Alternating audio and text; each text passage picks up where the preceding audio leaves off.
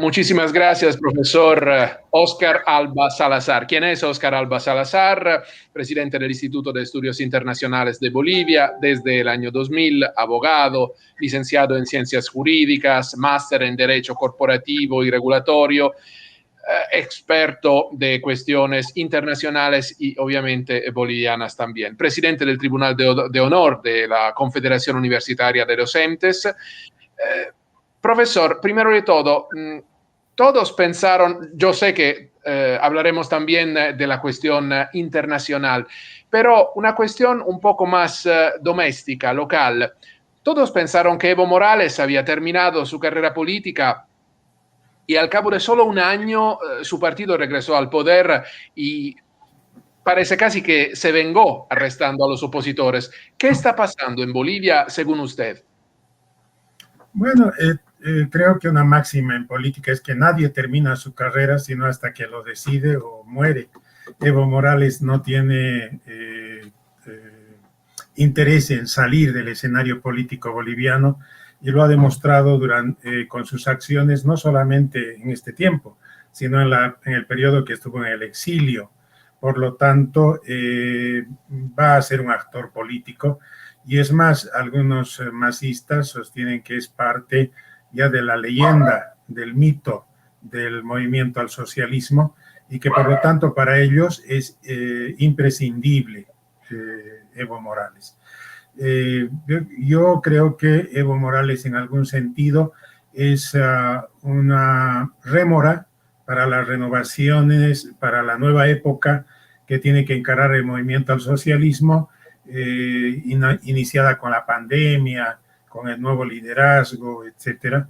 Y por lo tanto, se tendría que entender que el MAS debería estar viviendo un proceso de renovación en los liderazgos internos.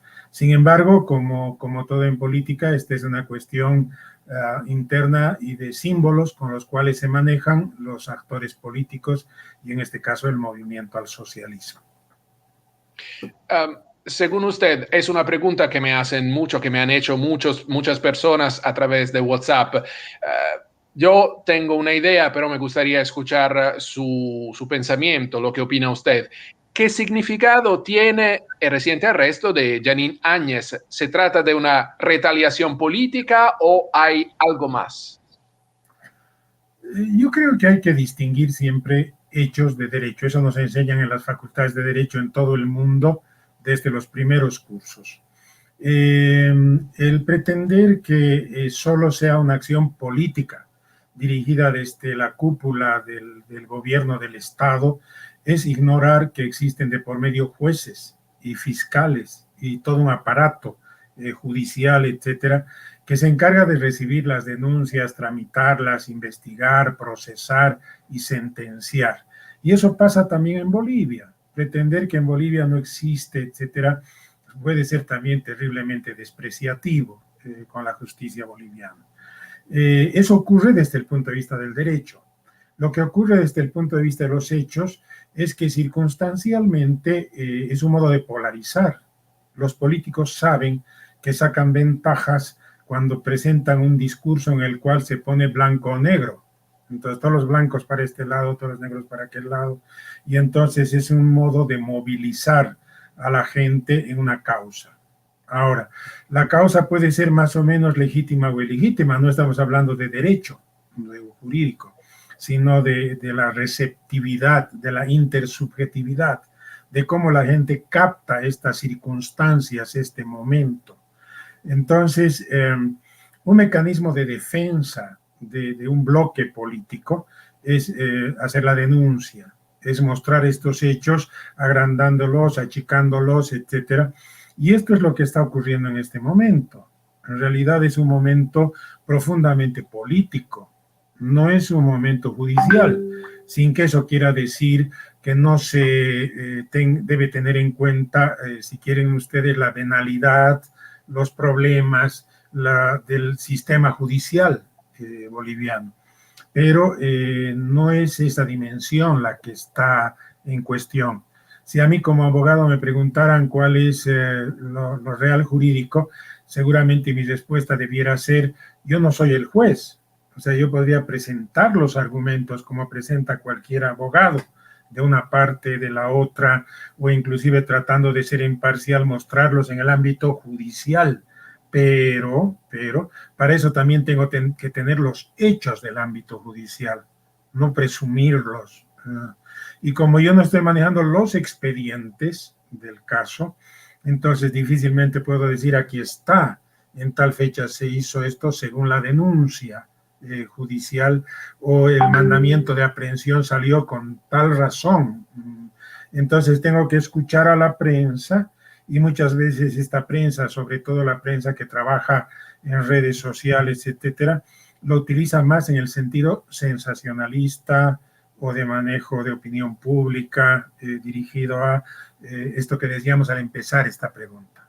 Polarizar. Profesor, le puedo preguntar, por favor, de bajar un poco la cámara porque me dicen que se ve usted muy poco. Perfecto. Gracias. Y un poquito a su derecha. Perfecto, perfecto. Para explicar las cosas, a veces, por ejemplo, incluso amigos bolivianos me han dicho, para criticar su propio país, que Bolivia es un país subdesarrollado, que estas cosas solo pasan en países como en repúblicas bananeras, que no pasarían en Europa.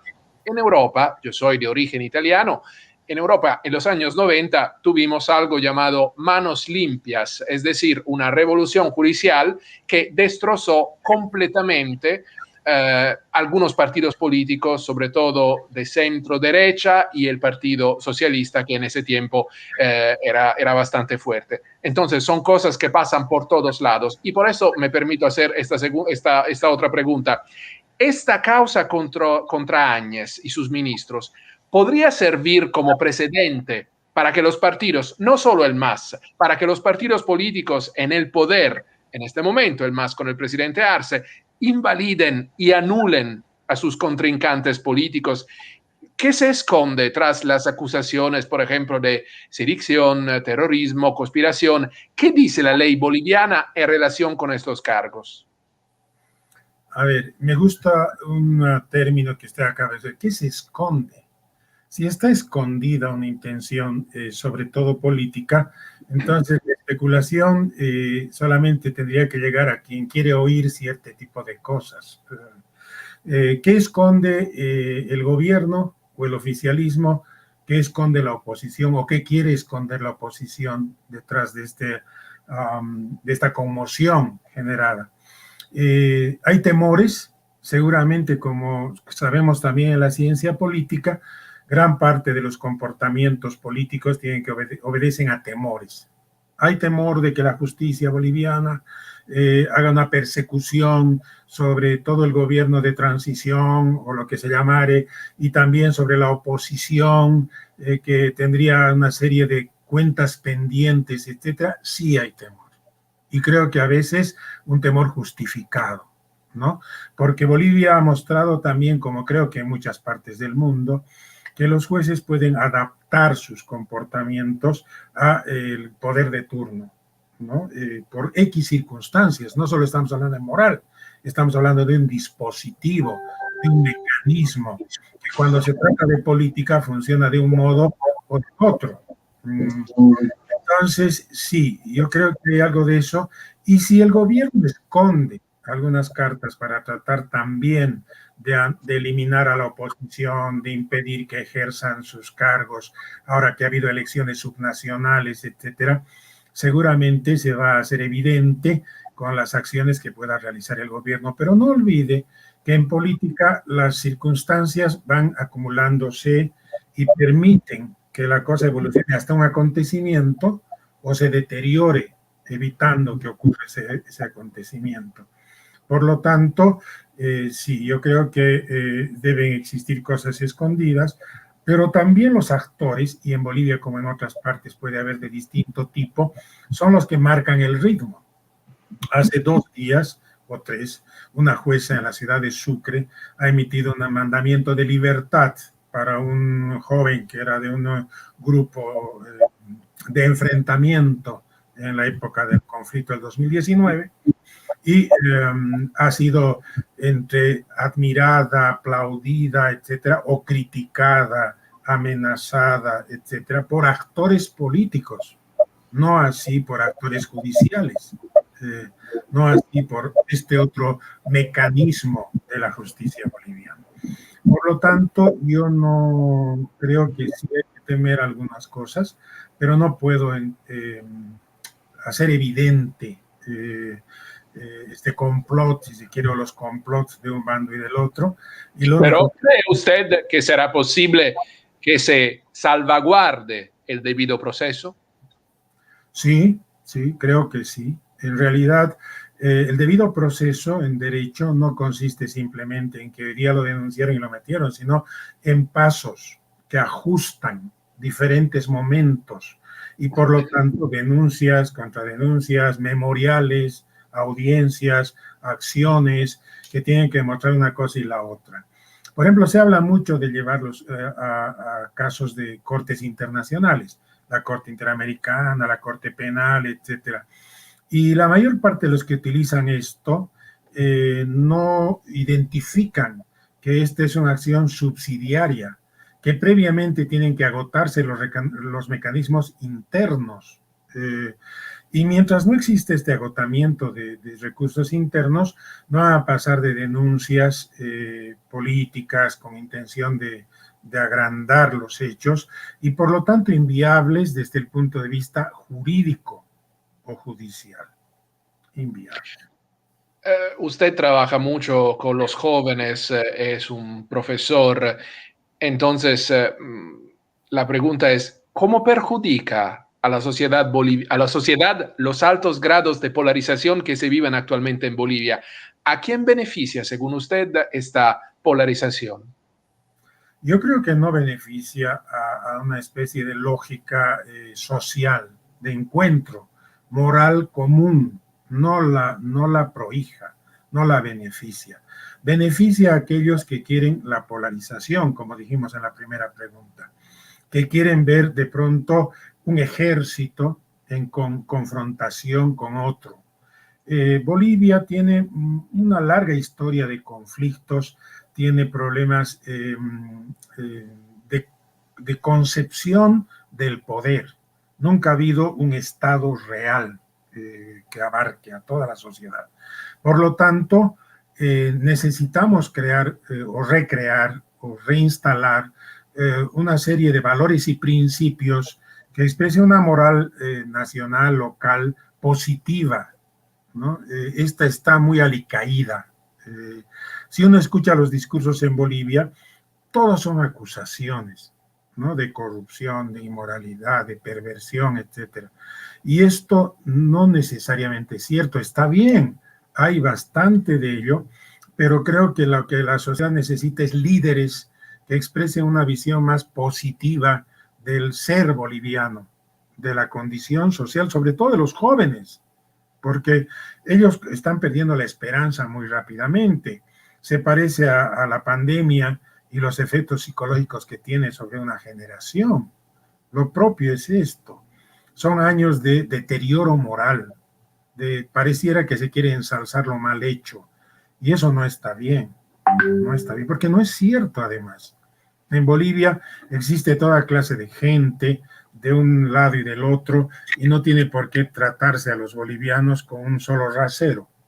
No, hay que instalar una moral que rescate los buenos valores de los unos y los otros, del altiplano y del oriente, porque parece ser un país que divide a la política con liderazgos de un lado y del otro, del altiplano y del oriente. Y eso no es cierto. Por ejemplo, mi ciudad está en los valles, está en un punto intermedio entre el altiplano y el oriente.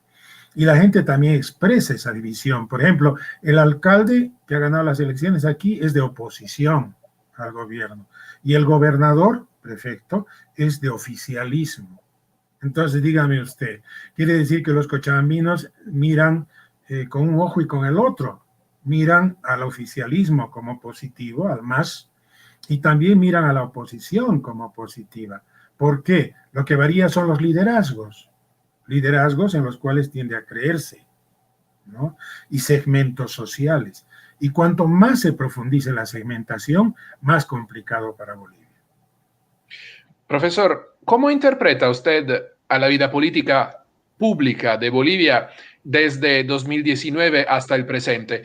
Y otra cosa, en Europa, en los años de la posguerra mundial, tuvimos un boom económico. Ahora, la COVID, y lo digo sin ánimo de ofender porque hay muchos bolivianos que han muerto, como muchos italianos, muchos franceses, pero paradójicamente, la COVID podría ayudar a, vamos, cambiar un poco también la clase, renovar, vamos, la clase política boliviana y producir desde algo bueno. Yo no estoy convencido de que la pobreza y el desastre sean los disparadores de una nueva sociedad. No, he escuchado, he leído que hay quien cree en eso. Más bien yo soy un poco más pesimista. Creo que la crisis que genera pobreza trae los problemas de la pobreza, ¿no? Que no son solo materiales, son morales, son psicológicos, y por lo tanto Bolivia va a tener varios años de pobreza material, moral. ¿Cómo hacer que esta no ocurra, no se dé de modo catastrófico? Gobernando bien, procurando que los indicadores, no solo económicos, sino sociales y políticos, vayan en positivo, que sean mejores. No estoy pensando yo en ninguna revolución originada en el desastre. No creo que eso sea posible, ni recomendable.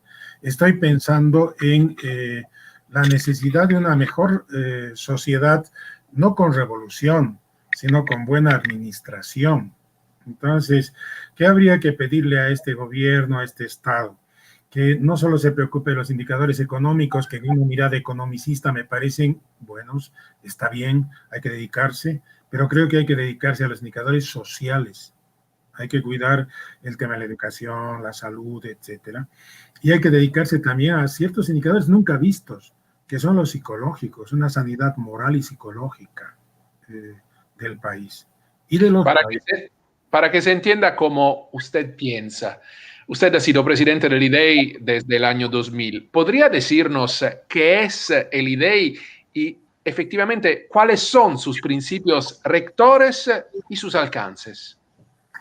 Bueno, hemos hecho un esfuerzo para trabajar en Bolivia desde el departamento secundario, o sea, no somos La Paz, no estamos en el centro, de trabajar derecho internacional en diferentes vertientes. Y entre nuestros aportes más interesantes al país han estado, por ejemplo, el apoyar la nueva constitución política. Hemos hecho un trabajo, si se quiere, de investigación sobre pluralismo jurídico y lo hemos presentado a la Asamblea Constituyente para reforzar aquella idea del Estado pluralista, ¿no? Del nuevo Estado. Hemos conseguido la cooperación de intelectuales mexicanos, argentinos, etcétera, y creo que ha sido un trabajo pionero en el tema del pluralismo, el del IDI, y ha ayudado bastante. Algo que está detenido hoy, pero que en su momento ha ayudado. Profesor, perdone, para que se entienda en Europa y en América Latina, la palabra pluralista, ¿qué significa? Porque en Europa significa muchos partidos, pero hay también varias componentes de la sociedad diferentes en Bolivia. ¿Es diferente el concepto de pluralismo en América Latina y en Europa? Nosotros hemos trabajado el pluralismo jurídico. Hemos dado por sobreentendido el pluralismo político, porque la democracia es pluralismo político. Lo difícil es el pluralismo jurídico porque siempre se ha entendido el derecho como mono, como uno, el Estado que legisla y que hace derecho con la justicia, etc.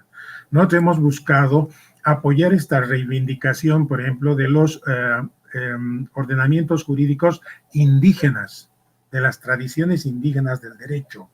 Y entonces el diálogo entre los ordenamientos indígenas y el ordenamiento estatal de matriz occidental. Y eso es lo complicado. Hasta hoy día es muy complicado.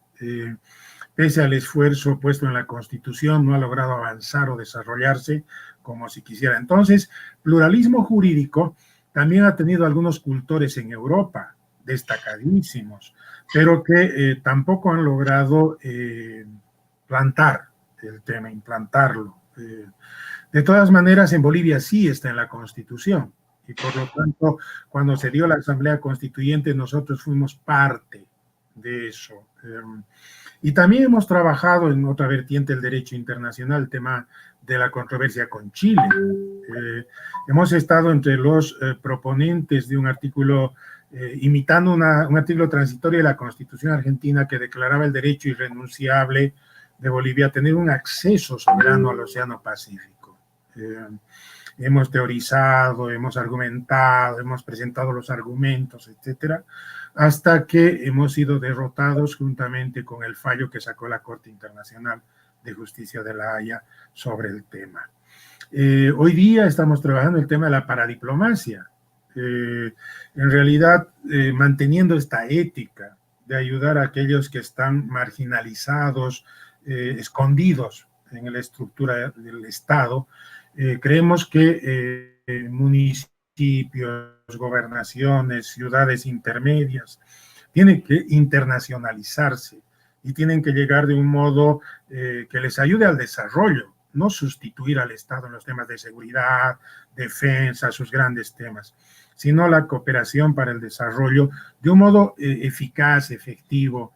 Entonces, por eso es que el IDI ha tenido, digamos, momentos de tipo de razonamiento, de propuesta, de hipótesis, de trabajo, con los cuales ha procurado ayudar al margen de dar clases y repetir, digamos, los dogmas del derecho.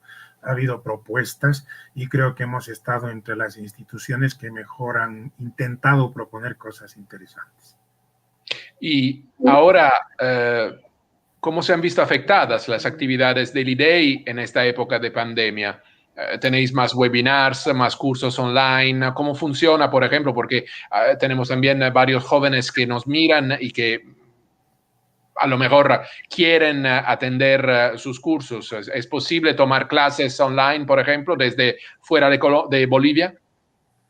Sí, bueno, no estamos en condiciones porque la pandemia ha hundido nuestra pequeña infraestructura física. No hemos podido renovar equipos, hemos hecho trabajo online, no en oficina, y hemos buscado adaptarnos a algo que no sabíamos hacer, trabajo online.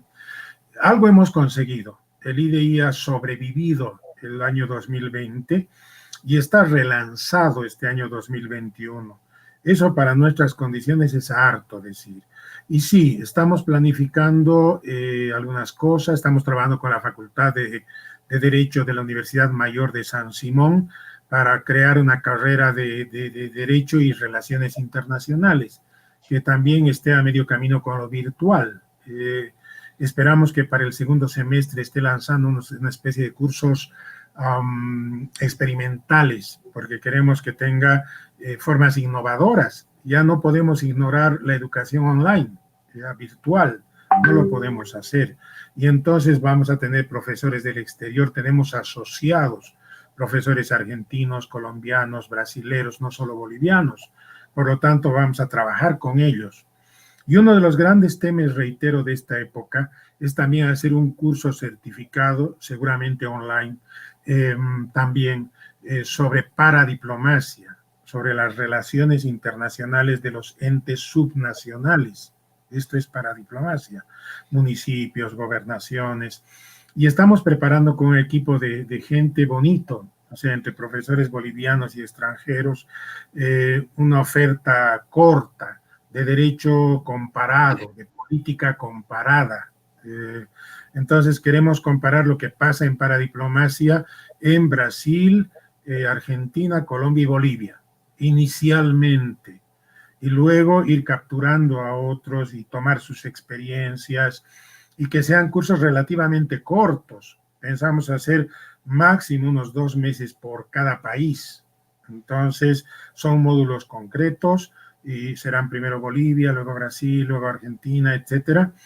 Y esperamos que esto tenga efecto, que podamos negociar con la cooperación descentralizada, con gente como usted que nos apoya, etcétera, para llegar a públicos, a estudiantes de Europa, etcétera. La brecha digital entre países es un riesgo, sobre todo entre países ricos y pobres. ¿Cómo se defiende, según usted, Bolivia ante esta realidad? En el pataleo. O sea, a ver, yo no podría mm, acusar de falta de voluntad, por ejemplo, a mi universidad. De pronto, de la noche a la mañana, mi universidad tuvo que contratar Google Works, es decir, el ámbito de trabajo de Google, para dar las clases el 2020. Y de la noche a la mañana todos tuvimos que empezar a trabajar con Meet, en el enlace. Y así nos hemos mantenido durante el año. Ahora está profundizando San Simón, que es la universidad más grande de Cochabamba. Es la pública, estatal, tiene 60,000 alumnos. Recién este año está haciendo la asignación de correos electrónicos individuales a docentes y estudiantes. Es decir, este tipo de ejemplitos le muestran la brecha, las dificultades. En el IDI estamos trabajando con servicios gratuitos de Meet, de Zoom. Estoy descubriendo yo aquí este sistema del StreamYard. No lo conocía realmente. Entonces, sí, la brecha puede ser terrible y mi mayor temor es que nos avasalle la cantidad de ofertas de Europa, Estados Unidos y los países desarrollados. Yo tengo hijos universitarios y mis hijos universitarios están pasando clases de la Universidad de Columbia y no sé de dónde, en esta lógica de la oferta que tiene el norte, ¿no? Y poniendo a un lado a la oferta local, ¿no? Porque tampoco tenemos clases presenciales. La construcción es muy difícil de la educación online en Cochabamba, en el país. Por lo tanto, aquí hay una especie de escenario complicadísimo que va a tener que negociarse, ¿no? El Estado tiene que negociar, ayudar a negociar los nuevos términos de la relación virtual, especialmente en educación, entre el mundo desarrollado y Bolivia. Hace un año, un cincuentón como yo nunca habría pensado de hacer una entrevista así por StreamYard con usted. Entonces creo que con los jóvenes los cambios son todavía más poderosos. Yo he visto que con los cambios tecnológicos ha habido diferencias entre los jóvenes y las otras generaciones sobre la forma de hacer política también. Hay una fractura generacional en Bolivia. ¿Cuáles son sus riesgos? ¿Hay ventajas también para las organizaciones políticas? Sí, sí, hay especialmente en el modo de la comunicación, el modo en que los políticos, digamos, del Internet generan los mensajes, la simbología, el modo en que los jóvenes los reciben, es definitivamente diferente a lo que pasaba en mi generación. Yo estoy por los 60, está por los 50, creo que vamos por ahí en el modo de los mensajes. Por ejemplo, en el caso nuestro tenía que haber una convicción entre cultural, moral, psicológica, económica, ¿no? Era así como los marxismos, etcétera. En cambio ahora, estos grupos, les llamaré para ponerlo como ejemplo, negacionistas, no necesitan tanta parafernalia, un dispositivo tan completo. Ellos simplemente se movilizan un momento y se desmovilizan el siguiente y toman la referencia como circunstancial de los discursos políticos. Esto es terrible. Para mi gusto es terrible. Yo todavía soy partidario de la razón ilustrada. Yo soy antiguo, creo en todas las cosas que vengo repitiendo. Cómo se construye una sociedad positiva con valores, con sentidos, con razón, con método, etcétera. Eso es razón ilustrada. En cambio, estas lógicas posmodernas, en lo cual importa mucho la imagen, el color, la convocatoria rápida, etcétera, están generando esta brecha generacional, este modo diferente de acudir y atender las cosas, porque si no, no se podrían explicar fenómenos como los que hemos vivido en Bolivia estos últimos 2 años, ¿no? Cómo se convoca, cómo se seduce a la gente con narrativas de un nuevo tipo, que son audiovisuales, que son sobre todo del Internet. ¿Y le parece que los jóvenes están hartos de la política, de los politiqueros, de la manera de hacer política hasta ahora? Yo creo que más bien ese es el efecto de esto que estamos mencionando en la anterior pregunta, porque si somos coherentes con el tema, no, la política como concepto es una necesidad de cada sociedad, de todas las sociedades. La política es el manejo y la distribución del poder, ¿no? La consecución, el manejo del poder.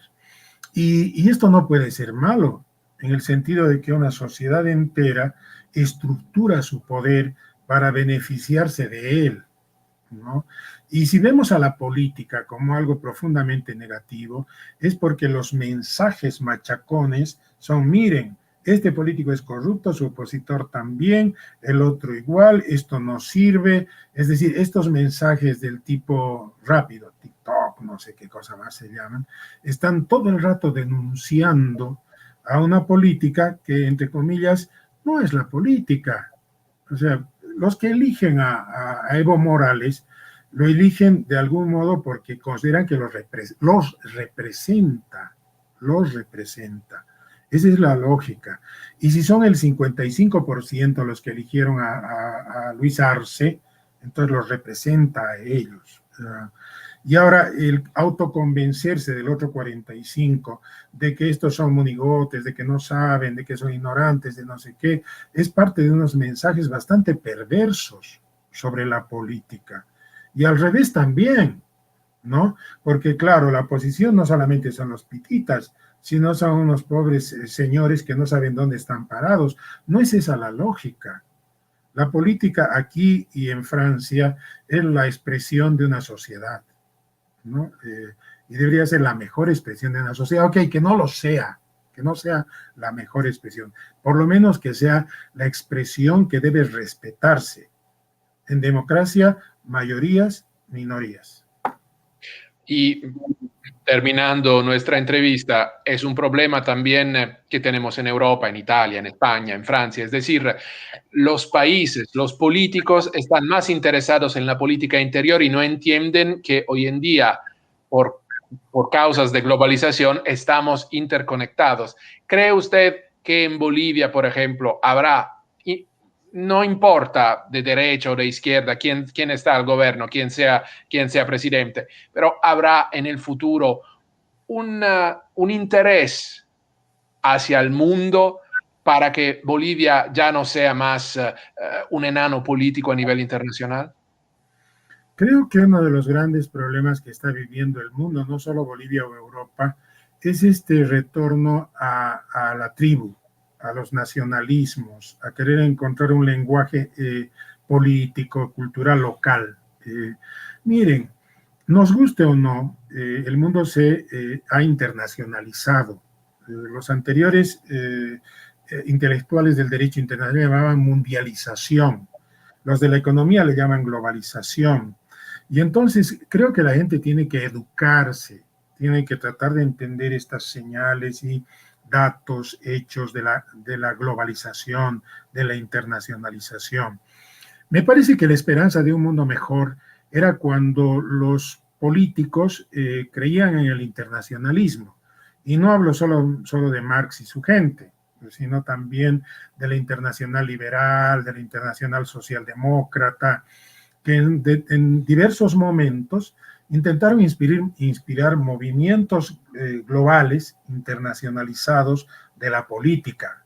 Entonces, la socialdemocracia era internacional, la democracia cristiana también, el liberalismo lo propio.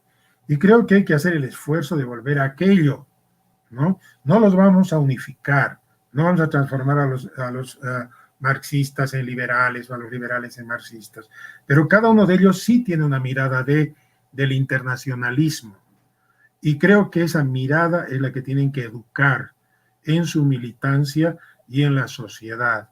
Mira, yo quiero emitir una crítica, y así con mucha fuerza. A mí me parece que lo que está haciendo Europa con las vacunas, igual que Estados Unidos y Canadá, es un exceso. Discúlpenme, pero sabiendo que el resto del mundo está muriendo también y que está generando nuevas cepas, etcétera, quererse quedar con casi toda la producción de las vacunas es una inconsciencia brutal, ¿no? Soy un convencido que hay que hacer juicios en el futuro, porque no está bien que haya muerto en Estados Unidos más gente que en la Segunda Guerra Mundial, pero es espantoso, por favor, no es porque sean viejos o cosas así. Entonces Europa tiene que un poco sacudirse el egoísmo, mirar a África, América en especial. Creo que Asia la tiene clara, ¿no? Pero África y América tienen serios problemas. Pero ni siquiera esto podría empujar los países latinoamericanos por un momento a poner a un lado sus diferencias y seguir juntos. Sí, también en América existe ese problema. No quiero hablar de los pecadores, que creo que los conocemos por demás, pero algunas declaraciones estúpidas de algunos de ellos realmente impresionan, porque claro, mientras la humanidad ha declarado en los últimos siglos que primero era el ser humano, sino de qué derechos humanos hablamos, de pronto el desprecio que muestran en los hechos es terrible. Por eso decía, tiene que haber nomás el Nuremberg, ¿no ve? Pero ojalá para que el Nuremberg del COVID, de la crisis de la enfermedad, pero para que esto no sea, digamos, otro trauma, creo que hay que invitar a que los estadistas de Europa, Estados Unidos, reconduzcan sus comportamientos y lleguen estoy hablando en concreto de la vacuna, del acaparamiento de la vacuna, y dejen que esta llegue a América y a África. Profesor Óscar Alba Salazar, muchísimas gracias. A usted las gracias y a su servicio, ¿no? Y gracias a la gente que nos